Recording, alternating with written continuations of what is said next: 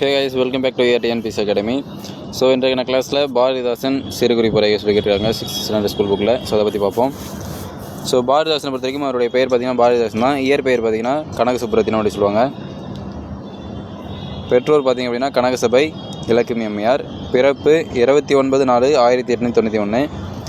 பாரதிதாசனுடைய சிறப்பெயர்கள் பார்த்திங்க அப்படின்னா பாவேந்தர், புரட்சி கவி. ஸோ இவருக்கு வந்து ரெண்டே சிறப்பெயர்கள் மட்டும்தான். நம்ம சுப்பிரமணிய பாரதியாருக்கு எடுத்திங்கன்னா மகாகவி சுப்பிரமணிய பாரதியாருக்கு ஏகப்பட்ட சிறப்பெயர்கள் வரும். பட் ஆனால் பாவேந்தர் பாரதிதாசனை பொறுத்த வரைக்கும் ரெண்டே சிறப்பெயர் தான் ஈஸியாக நம்ம வச்சுக்கலாம்.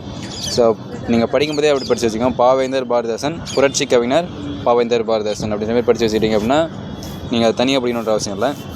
ஸோ பாவேந்தர் பாரதிதாசனுடைய சிறப்பெயர்கள் பார்த்திங்கன்னா பாவேந்தர், புரட்சி கவி, அவ்வளோதான்.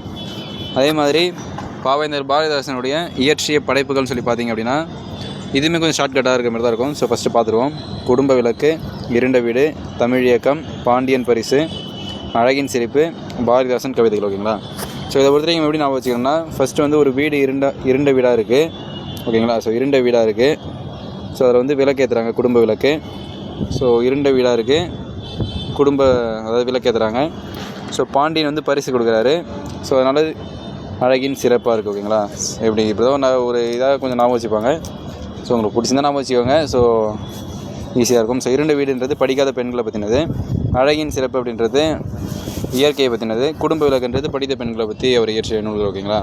ஸோ பாரதிதாசனோட படைப்புகள் பார்த்திங்கனாலே கைம்பெண் மறுமணம், பெண் கல்வி, அந்த மாதிரி அதை வலியுறுத்தி தான் இருக்கும்.